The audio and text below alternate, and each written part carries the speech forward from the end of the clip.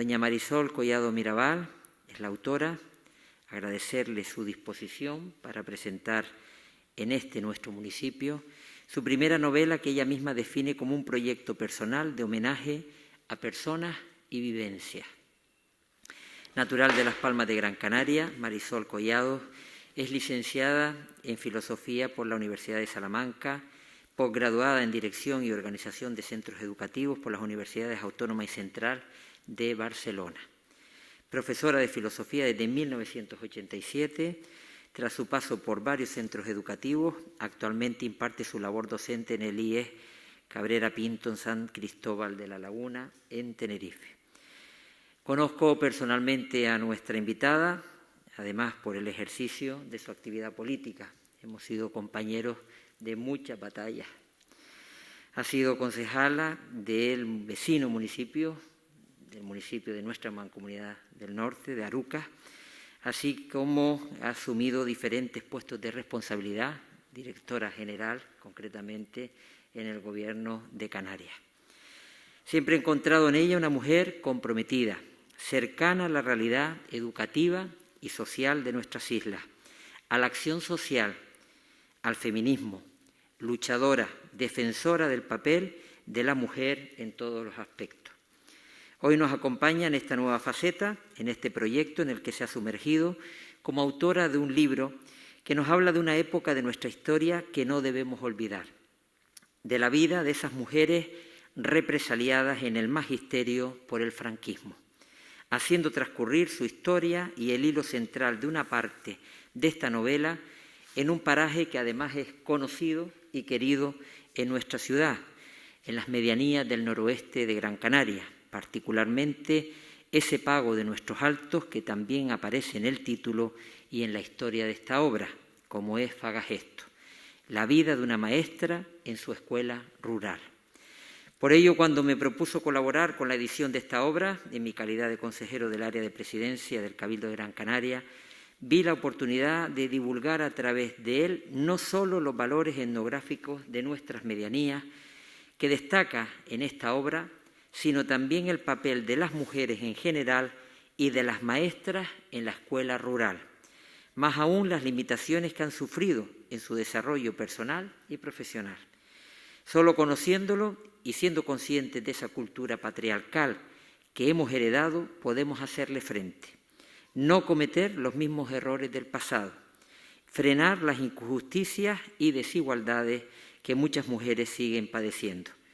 ¿Cómo no admirar y respaldar esta historia y esta novela tan cuidadosamente documentada? Sin más preámbulos, y deseando conocer en profundidad las motivaciones de esta novela y cómo ha surgido este relato tan bien hilvanado, cedo la palabra a Marisol Collado. Es usted la protagonista. Señor alcalde, compañeros, concejales, amigos y amigas que hoy me acompañan, me voy dando cuenta que cuando me estoy haciendo mayor empiezo a tomar expresiones de mi madre, y hay una que no he parado de decir en todo el día desde que llegué a Galdar esta mañana.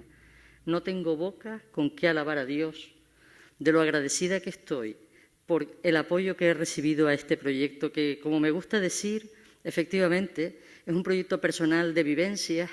Decía que esta es una obra coral, compartida, en la que tengo que agradecer en primer lugar a las personas que han apoyado este proyecto, al alcalde en su condición también de consejero de presidencia del Cabildo, y a todas las personas que de alguna manera han estado detrás de este proyecto. Los cuadernos de Fagagesto es una obra coral que tiene como autora de la portada Cristina Torres Collado, una joven arquitecta que es una joven artista de la que tengo el honor de ser su tía.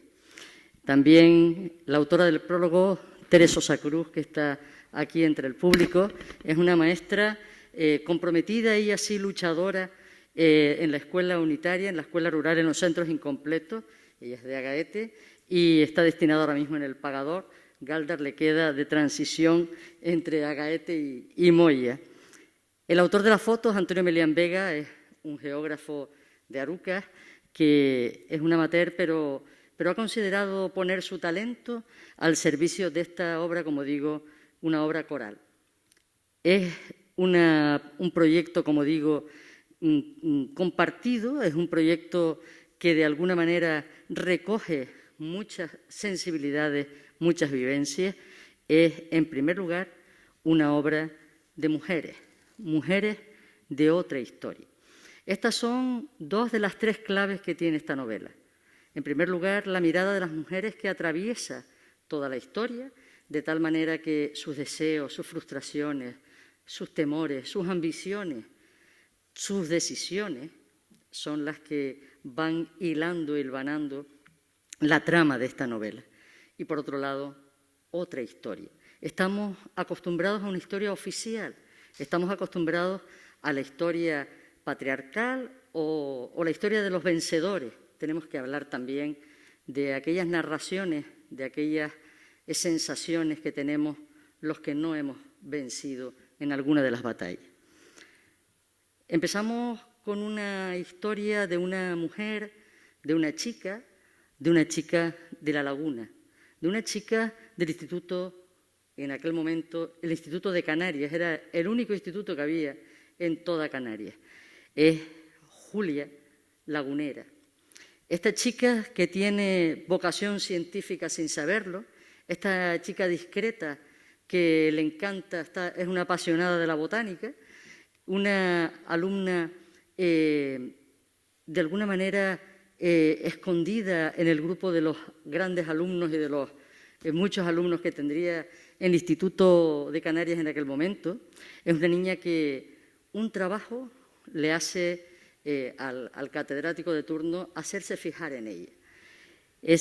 La laguna de estos momentos, esa bajamar, ese tranvía, el primer cuarto del siglo XX, es el marco en el que se desarrolla la vida de esta Julia. Aquí aparecería la primera gran cuestión de esta novela, las decisiones. Cómo las decisiones que vamos tomando van construyendo nuestro camino, cómo las decisiones que vamos tomando van creando nuestro destino. Este es un tema que le encanta a los chicos en filosofía. ¿El destino está fijado o lo construimos nosotros? De alguna manera vamos enlazando decisiones, vamos enganchando decisiones para construir nuestro futuro y, muy importante, el futuro de otros que nos acompañan en el camino. La Julia Lagunera es de este instituto en este momento, esa foto puede ser de ese momento, pero es además una apasionada de la botánica en su Monte de las Mercedes. Conoce los trucos, los secretos de las plantas, conoce lo que tiene el saber ancestral de los ganaderos, de los agricultores de esa zona, de los que extraen el carbón, de los que, en fin, de todas las personas. Esta Julia Lagunera va aprendiendo un saber que le puede servir en el futuro. Este es el instituto hoy, el Canarias Cabrera Pinto, donde tengo además ahora la plaza por coyunturas de la vida, por decisiones de la vida, que de alguna manera me hacen sentir inspirada en todo lo que esos muros esconden. Pero tenemos además, bueno, y nuestro Teide, claro. Todo en Tenerife está marcado por ese Teide que ahora no está exactamente tan nevado, pero casi. Sus tiempos, los tiempos del Teide, son los tiempos también de los habitantes de Tenerife. Tenemos la otra historia que se encara en la novela, la Julia de las Palmas de Gran Canaria. Este es otro perfil biográfico, es otro perfil personal. Julia viene de vuelta, Julia de las Palmas viene de vuelta ya, viene de frustraciones políticas, viene de decepciones amorosas, es una mujer madura que decide irse a Nicaragua, a los cerros nicaragüenses, a alfabetizar. Se encuentra con una zona desolada y ahí vuelve a encontrarse consigo misma. Aquí tenemos otra vez otras decisiones que construyen el futuro. La tierra roja de los cerros nicaragüenses aparece en la novela creando simbolismos, creando enlaces entre una historia y otra. Pero un buen día las coyunturas le hacen dejar los cerros nicaragüenses para volver a Las Palmas. La gran urbe se le cae encima. No puede con aquello, le agobia, le asfixia. Considera que su vida profesional está vacía en una gran ciudad, está ya pensando en la jubilación, casi como yo en estos momentos, está agobiada por el contexto que ha tenido que dejar una gran misión de su vida, que le daba todo el sentido para tener que meterse en las calles, en la sociedad neoburguesa, del neocapitalismo, de Las Palmas capital. Es ahí cuando le ofrecen la posibilidad de ir a Fagagesto. Es Fagagesto entonces un contexto de encuentro. Mucha gente me pregunta por qué Fagagesto. Yo se los quiero explicar. Cuando éramos jóvenes y cuando algunos de nosotros se anticipaban y sacaban el carnet de conducir antes, pues hacíamos rutas conociendo la isla y yo en una de esas rutas conocí Fagagesto. ¿Qué pasó entre Fagagesto y yo? Todavía no lo puedo saber, pero para mí fue un flash. Yo me enamoré de Fagagesto. A partir de ese momento, cada vez que pude, cogí la ermita de San Isidro alante y me perdí en lo que una amiga mía, psicóloga, llama las rutas emocionales. ¿Esa es tu ruta emocional? Digo, sí. Es una ruta que me serena, que me da paz y el paisaje me resulta absolutamente, me conmueve, me llega. Es en ese contexto donde yo, fíjense que desde el año 2003 que empecé a hacer esta novela, quise enmarcarlo en ese pago, quise contextualizar una posible vida alternativa en ese pago. Pues es Fagagesto el contexto en que se encuentra la Julia Lagunera con la Julia de Las Palmas. ¿Cómo? No les voy a hacer, como dicen los chicos hoy, spoiler. No les voy a destripar cómo se encuentran, pero es ahí donde una joven maestra de principios del siglo XX, que después de pasar por, ya lo contaré después, por Madrid, recala en una pequeña aldea, en un pequeño caserío. Imagínense lo que podría ser Fagagesto en los años 40, pues esta mujer es destinada allí. Y la otra, la de Las Palmas, también toma una decisión importantísima en su vida. Le ofrecen la posibilidad de ser maestra en un proyecto alternativo de vida. Un grupo de familias está harta de cómo se vive actualmente y hay unas casas abandonadas en Fagagesto, todo esto. A ver si me vas a decir ahora que hay casas abandonadas en Fagagesto. Pues quieren ir allí a reconstruirlas y a vivir de otra manera. Sería lo que todos deseamos y todos aspiramos como el cohousing, pero con otra ideología. A la Julia de Las Palmas le ofrecen ir a Fagagesto de maestra y ella primero se lo piensa, pero ustedes han visto los cerros nicaragüenses. Se parece bastante al paisaje que ella después encontró en este lugar. Se encontró con esto, con un valle, con un llano, con un remanso de paz verde, con el pinar. Se encontró con estos muros de piedra ancestrales, se encontró con rebaños de ovejas y entonces han considerado ambas dos que este es un sitio donde poder restañar heridas en un caso o reconstruir su vida en otro. Se encontró también con estos cielos, con el paisaje celeste de Faneque, del Pinar, de Fagagesto. Y en este contexto que yo denomino ahora de encuentros, hay también un cruce de destino. De alguna manera, la maestra lagunera que llega a Fagagesto en los años 40 se encuentra con la maestra de Las Palmas que llega a Fagagesto en los años 2000, 2000 y pico, de tal manera que no puedo contarlo, claro, léanse la novela. Pero existe una conexión inmediata. ¿Cuál es la conexión? Pues la maestra de Las Palmas decimos que le ofrecen un puesto allí con un proyecto alternativo, se lo piensa, desde luego aquello se parece más a Nicaragua de lo que puede parecer en otro momento. Cuando llega allí, conoce aquello, empieza a interesarse. ¿Qué le pasó a la maestra lagunera?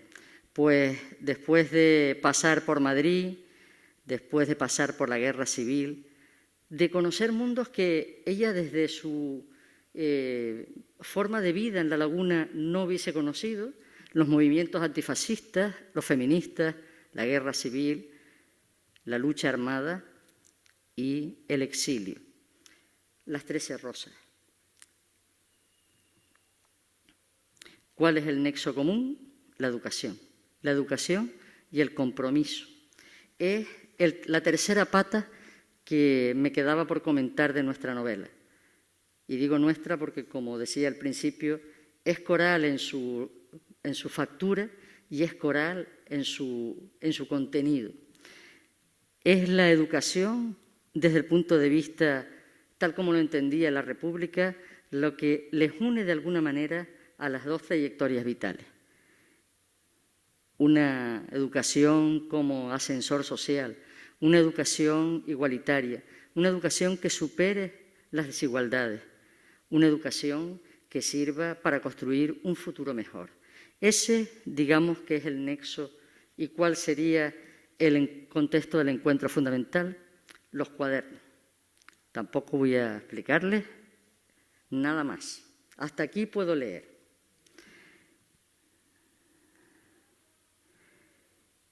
Me dicen muchas personas que esta novela es autobiográfica. No, yo no he estado en Nicaragua ni a pesar de los años estuve en la guerra civil. Sin embargo, sí es verdad que muchas de las dudas y de los planteamientos que he ido recogiendo a lo largo de mi vida han estado presentes en esta novela.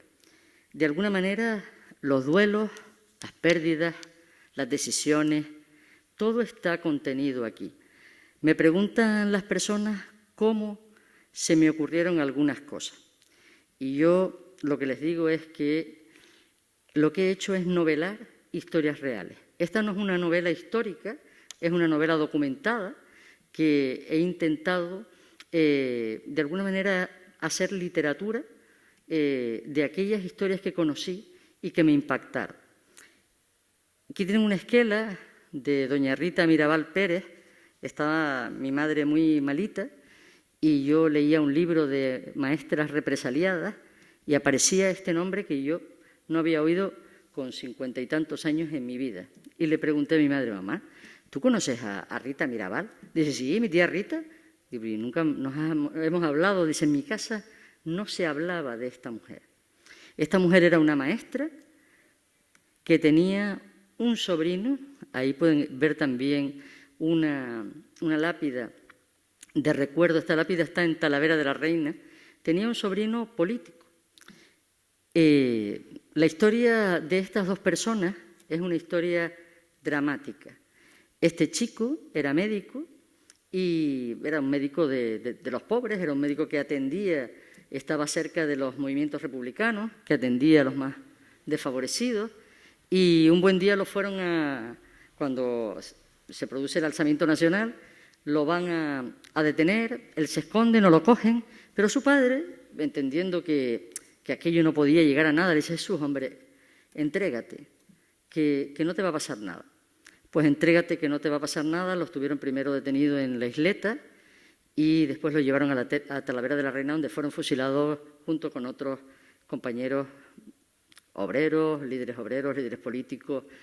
Rita iba a verlo a la isleta, fue de las últimas personas que lo vio, y por esa cuestión, por esas visitas, fue represaliada y perdió durante 2 años su puesto de maestra. No acabó esos 2 años porque murió antes de cumplir de alguna manera el castigo. Yo me fui a Madrid a buscar el expediente porque me parecía alucinante una historia y la otra. Estas dos historias de alguna manera están noveladas también en mi novela y recreé de una manera amable su propia historia, sobre todo el de Manuel Monesterio, un hombre que había hecho la tesis doctoral con Ramón y Cajal, que tenía un futuro prometedor como investigador y como médico de los movimientos de las personas más desfavorecidas, y sin embargo se cruza en su camino terratenientes de Gran Canaria que lo terminan, pues eso, desapareciendo, llevando a Madrid, llevando a Talavera, a Toledo y fusilándolo allí. Me parece una historia trágica de la que su padre jamás se recuperó, porque fue él el que le animó a presentarse como el hombre noble de la época, decir, bueno, pues tú no has hecho nada, ¿no? Preséntate. Y cómo solo irlo a visitar, Rita fue también represaliada por lo mismo. Fui buscando la historia de Rita Mirabal por los distintos destinos. Estuvo en Arucas y estuvo en Arrieta, y cuando le pregunté a los vecinos allí si conocían, las personas más mayores, encontré una señora que la había conocido y que había tenido con una historia muy curiosa de su familia.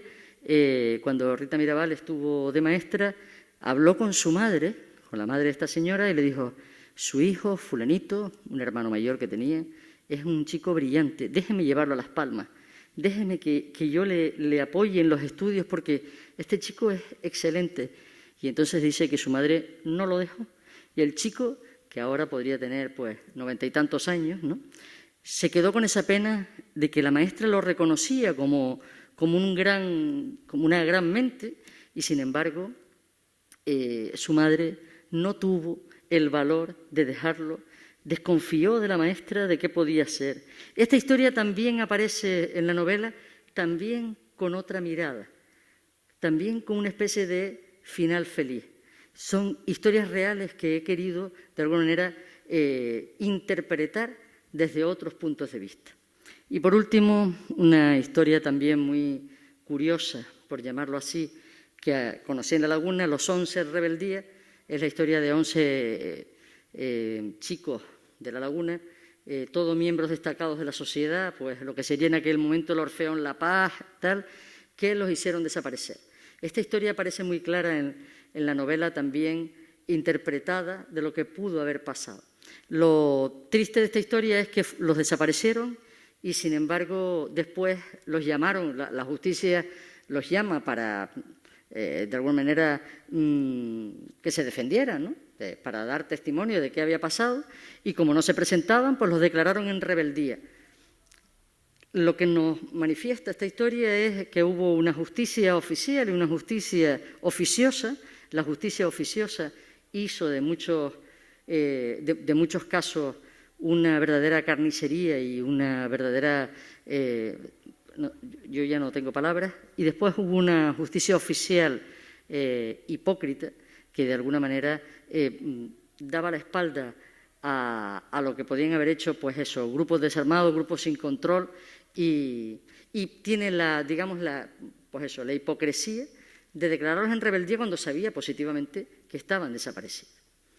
Estas son el tipo de historias que están en la novela, que las personas dicen, las que la han leído, dicen que de alguna manera les hace reflexionar sobre lo que hemos estado hablando, ¿no?, sobre 3 grandes bloques de cuestiones: la mujer, la visión de la mujer, las miradas de la mujer, ocultada, silenciada durante un montón de tiempo, la educación como instrumento fundamental y la memoria histórica que ha puesto un foco equivocado, tendencioso, silencioso, a determinadas vivencias y determinadas ideologías. Con esto acabo agradeciendo otra vez el apoyo que he tenido a este proyecto y que creo que voy a seguir visibilizando este tipo de historias conforme las vaya conociendo. No sé si tendré las fuerzas y la energía, pero sí me gustaría que esa vocación tardía a la que llegué yo de la memoria histórica, antes se decía que cuando alguien entraba en congregaciones religiosas con más de 40 años que tenía una vocación tardía, ¿no? Yo he llegado con esa vocación tardía a estos aspectos de nuestra historia, pero me gustaría compensar. Me gustaría seguir visibilizando de esta manera novelada, que puede ser a lo mejor más atractiva para conocer, seguir dando luz a muchas historias escondidas. Muchas gracias. Esta novela, como bien dices tú, documentada en esos 3 grandes bloques que has definido: mujer, educación, memoria histórica, que has sabido hilvanarla, que nos has regalado la historia de estas 2 mujeres, de las 2 Julias. Agradecerte que hayas querido compartir con nosotros, con Galdar concretamente, este primer trabajo. Seguro que vocación tardía también a la hora de escribir, y no va a ser la última. Ya yo te animo, y me vas a tener también al lado tuyo como consejero, para que des el siguiente paso, que seguro que algún proyecto tienes ahí, porque te conozco, seguro que algún proyecto estás ya trabajando. Sin más, quiero terminar pues con un profesor, Nacho Clemente, pianista del Conservatorio de Las Palmas, que por diversas circunstancias no ha podido estar hoy con nosotros. Ha rescatado del olvido la obra de Rosa García Ascot, discípula de Manuel de Falla, una de esas mujeres eclipsadas por sus propios compañeros de generación. Así ha sucedido con muchos casos. Hoy su música no está aquí físicamente, pero sí que va a estar interpretada por el profesor Nacho Clemente, acompañado de un vídeo resumen final de la presentación de esta novela. Sin más, agradeciendo a todos por su asistencia, y una vez más agradecerte a ti, Marisol, por querer compartir con Galdar, por tener dentro de esa novela Fagagesto. No sabía de tu vinculación tan sentimental con ese querido barrio, con ese querido pago de Galdar, así que doblemente agradecido por compartir aquí y por tener ese recuerdo con ese trocito de nuestra ciudad. Así que muchas gracias y buenas noches.